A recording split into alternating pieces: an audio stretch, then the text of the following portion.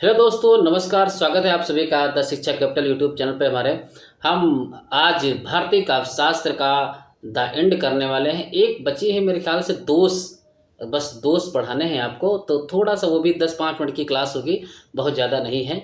मगर उसमें जितना पूछा गया है, जब पूछा जाता है, जब तक पूछा जाता है, और हमारी भारतीय काव्यशास्त्र खत्म हो जाएगी।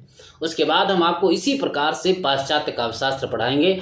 औचित्य सिद्धांत बहुत छोटा सिद्धांत है और मगर अच्छा है, पूछा बहुत जाता है। ठीक है, यहाँ से एक आधे प्रश्न हर एक बार एग्जाम में बन ही जाते हैं। ठीक है, तो इनको आपको तैयार करना है। मात्र 5 पेज हैं और इतना अगर तैयार कर लेते तो मेरे ख्याल से औचित्य सिद्धांत आपके अच्छी तरीके से समझ में आ जाएंगे। ठीक है, और आपको मैं बार बार कहता हूँ, अगर आपको यही बात बता रहा हूँ कि दूसरी यूनिट यानी हमारी हिंदी साहित्य का इतिहास में हम प्रयोगवाद पे पहुँच चुके हैं। ठीक है, और तीसरी यूनिट यानी भारतीय जो काव्यशास्त्र वो खत्म होने वाली है। और 5वीं यूनिट पे 2 कविताएं हम पढ़ा चुके हैं, 2 यानी एक धूमिल की कविताएं और भवानी प्रसाद मिश्र की कविताएं, जो सतपूर्णा के घने जंगल गीत हो जिस प्रकार से गाया है।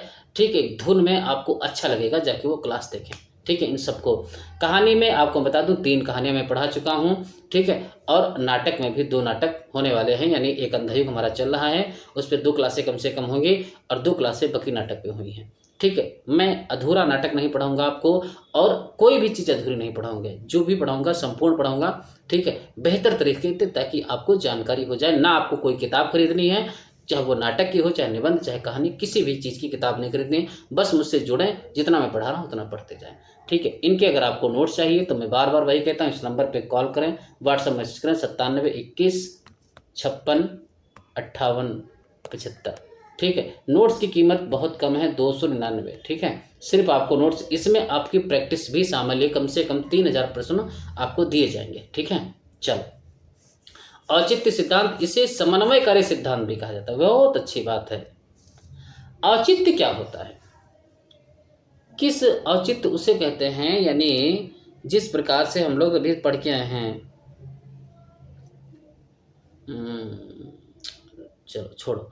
औचित्य मतलब औचित्य कहने का अर्थ है कविता किस प्रकार, किसके लिए लिखी जा रही है, उसका औचित्य क्या है।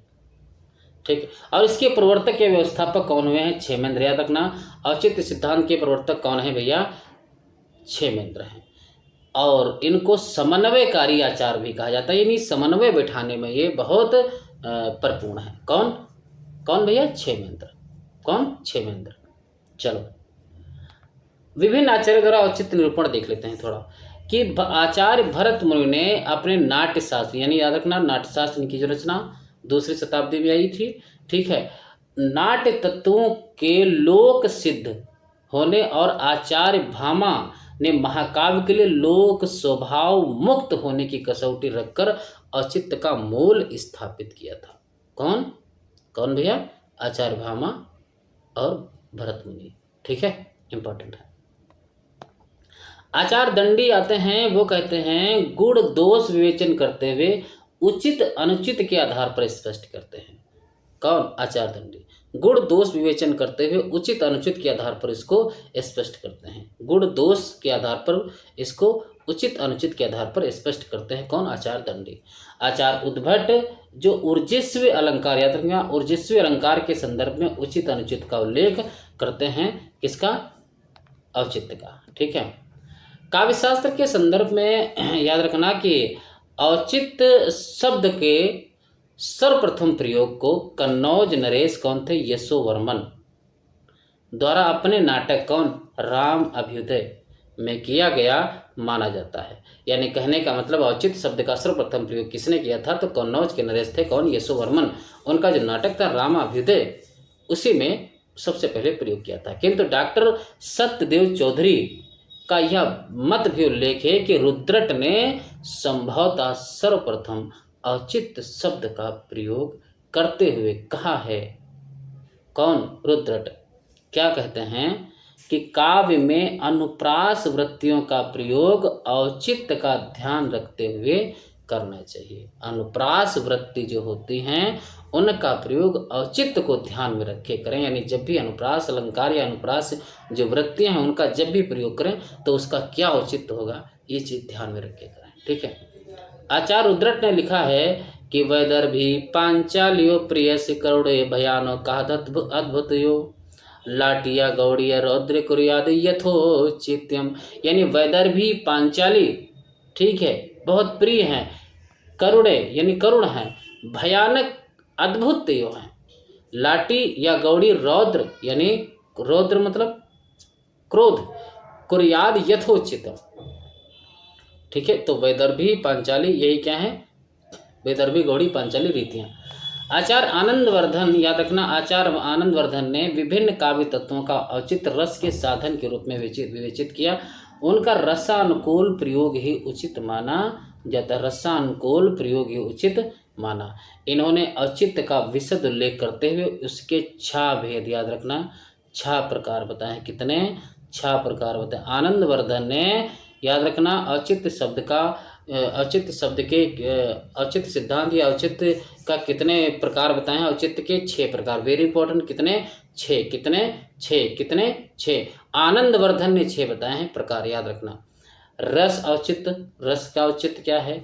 अलंकार औचित्य का है, ठीक है। गुण आपको पता है, रस, रस यानी 9 रस जो पढ़ाया था हमने।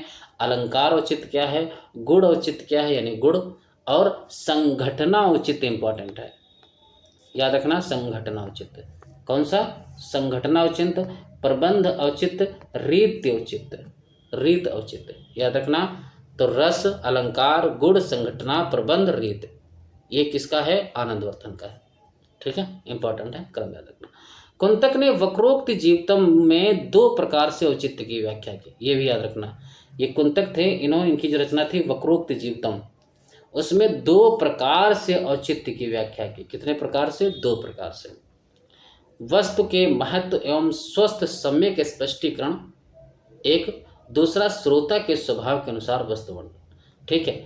यानी जो वक्रोक्ति सिद्धांत में जो 2 प्रकार से औचित्य की व्याख्या की, उसमें पहली थी वस्तु के महत्व एवं स्वस्थ सम्यक स्पष्टीकरण, यानी वस्तु का महत्व क्या है और उसका स्वस्थ सम्यक क्या है, उसका स्पष्टीकरण। और श्रोता यानी जो सुनने वाला, उसके स्वभाव के अनुसार जो वस्तु वर्णन है, उसकी इसी प्रकार 2 प्रकार से। आते हैं रामचंद्र गुणचंद्र। रामचंद्र गुणचंद्र काव्य के ये 2 अद्भुत रचनाकार, लिखा नाट्य दर्पण मिलजुल कर, जिससे परिचित है संसार। ये अब हम आपको क्या बताएं कि इनकी कविताएं आपको मैं जो रचनाकार को, भारतीय काव्य शास्त्र के जो रचनाकार हैं उनको मैंने गानों में सुनाया है, जाके क्लास देखिए, ठीक है। रामचंद्र गुणचंद ने अनौचित्य को 5 रस दोषों में इससे 1 बताया, यानी अनौचित्य जो है उसको 5 रस दोषों में से 1 दोष इसका भी अनौचित्य का बताया है, ठीक है। कौन? रामचंद्र गुणचंद। आचार्य क्षेमेंद्र, अब हम लोग पढ़ेंगे आचार्य क्षेमेंद्र को। थोड़ी सी बात है, उचित से चयो भावस्तद औचित्य प्रच्छते, याद रखना, वेरी इंपॉर्टेंट ये पंक्ति है। अर्थात उचित का भाव ही औचित्य है। काव्यशास्त्र के संदर्भ में इसे ऐसे समझा जा सकता है कि काव्य तत्वों यानी अलंकार, गुण आदि के उचित प्रयोग का भाव औचित्य कहलाता है। कहने का अर्थ कि जिस प्रकार, यानी जो कोई काव्य है उसमें अलंकार किस प्रकार से रखे जाएं, गुण किस प्रकार के रखे जाएं, उन्हीं का जो उचित प्रयोग है, इसी को हम औचित्य कहते हैं।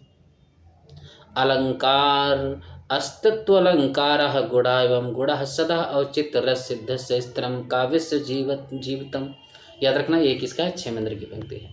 आचार्य क्षेमेंद्र ने औचित्य के 27 भेद निर्धारित किए। ये इंपॉर्टेंट है, आपसे पूछा गया कई बार कि औचित्य के कितने भेद क्षेमेंद्र ने माने हैं भैया? कितने भेद माने हैं? तो 27 भेद माने हैं। कितने माने हैं भैया? 27। कितने? 27। देखो पद, पद हमने आपको बताया, पद क्या होता है? क्या होता है पद? कोई वाक्य कह सकते हो, ठीक है, उसी को पद, उससे बड़ी लाइन पद होती है। वचन, एक वचन, 2 वचन। तत्व, कविता का तत्व क्या है, उसका वाक्य क्या है, वाक्य पद में थोड़ा अंतर होता है। विशेषण, ठीक है, विशेषण, गुणवाचक, ये सब विशेषण आप लोग पढ़ते होंगे। उस कविता का स्वभाव क्या है, उसका जो है प्रबंधार्थ क्या होगा, उसका प्रबंध का अर्थ क्या होगा। उपसर्ग प्रत्यय आप लोगों को कल बताया था, तो उसमें से एक है उपसर्ग, ठीक है। उसका अभिप्राय क्या होगा, उसका गुण क्या होगा। निपात मैंने बताया था, कहीं भी शब्द के किसी भी वाक्य में ही मिल जाए तो समझ लो निपात है वो। अवस्था क्या होगी, ठीक है। ये सब क्या हैं? औचित्य हैं। अलंकार, काल, सार, संज्ञा, रस, देश, प्रतिभा, क्रिया, कुल, नाम, कारक, व्रत, आशीर्वचन, लिंग, सत्व, विचार, ये 27 भेद किए हैं औचित्य के। इन्हीं 27 औचित्यों से एक कविता बहुत अच्छी कविता मानी जाती है। ठीक है, तो ये बहुत छोटी सी हमारी 10 मिनट के थे औचित्य, बहुत छोटा सा टॉपिक है, तो इसके इसीलिए मैंने आपको इतना पढ़ा दिया। बस एक टॉपिक और बचा है, दोष। ठीक है, हमारा भारतीय काव्यशास्त्र कंप्लीट हो जाएगा। ठीक है, अब फिर हम आपको पाश्चात्य काव्यशास्त्र बेहतरीन तरीके से समझाएंगे। आपको क्लास अच्छी लगी हो तो लाइक करें, कमेंट करें और सब्सक्राइब करें। कमेंट जरूर कर दिया करें, ताकि क्योंकि कमेंट जब करोगे तो मुझे अच्छा लगेगा, तो और पढ़ाने में अच्छा मज़ा आएगा। ठीक है, चलो बहुत बहुत धन्यवाद, आपने जो 10 मिनट मेरे लिए बिताए।